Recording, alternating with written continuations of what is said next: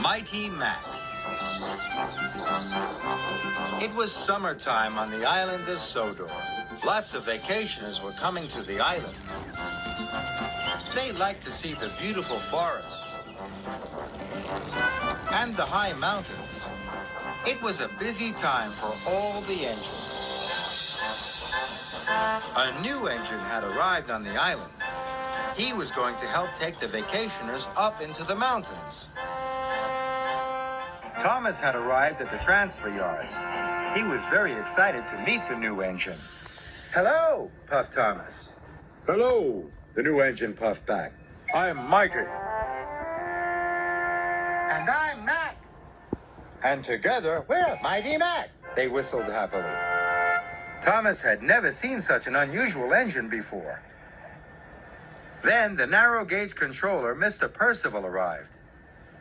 "Mighty Mac, you ought to take some vacationers to the mountain campground," said Mr. Percival. Mighty Mac could see the vacationers. They were waiting on the platform. But there were lots of tracks between Mighty Mac and the vacationers. Mighty Mac didn't know how to get to the platform. "We've always worked in the shunting yard," moaned Mighty to Thomas. "How will we find our way over to the passengers?" groaned Mac. "It's simple," whistled Thomas. "Look at where you want to go, then follow the track that will take you there." Mighty set off nervously. But as they puffed along the track, Mac thought his way was quicker. "This way," he said. "No, Mac," puffed Mighty. "It's this way."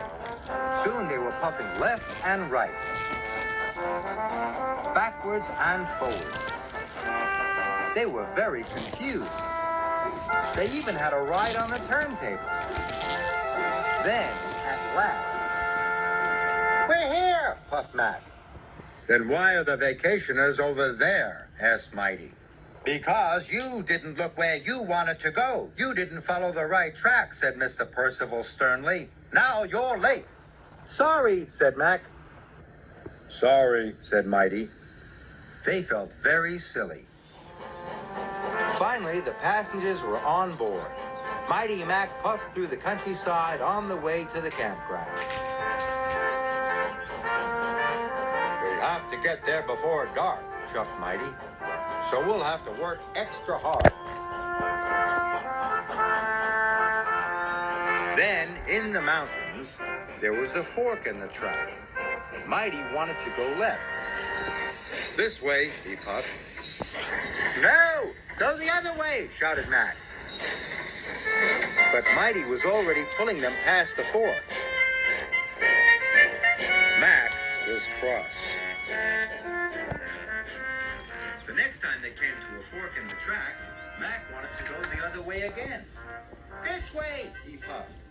And he pulled Mighty back to the junction, and then pushed him back up the other line. Now, Mighty was cross.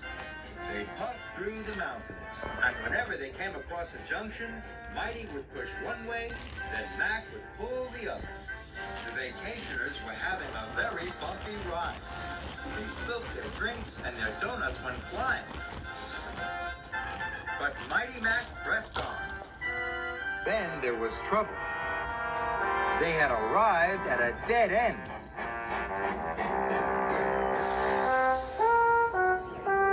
The vacationers took a look around.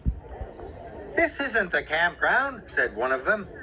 "It's not even a nice place for a picnic," said another. "This is your fault," puffed Mighty, and he pushed back towards Mac. "Yours," huffed Mac, and he pushed back even harder. The vacationers watched as Mighty Mac bumped backwards and forwards. "Stop!" called the vacationers. "You're going to cause an accident." But it was too late. Mighty pushed Mac as hard as he could, and the coach crashed into the rocks.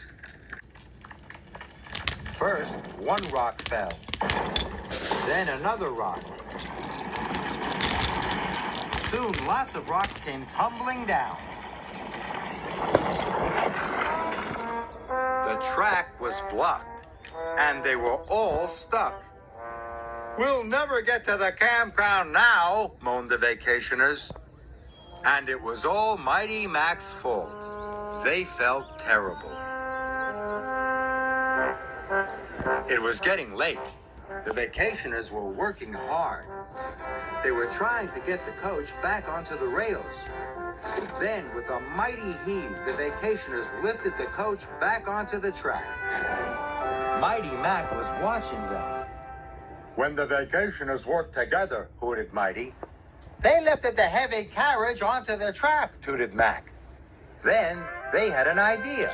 "If we both work together," puffed Mighty, "we'll be strong enough to push those rocks out of the way," huffed Mac.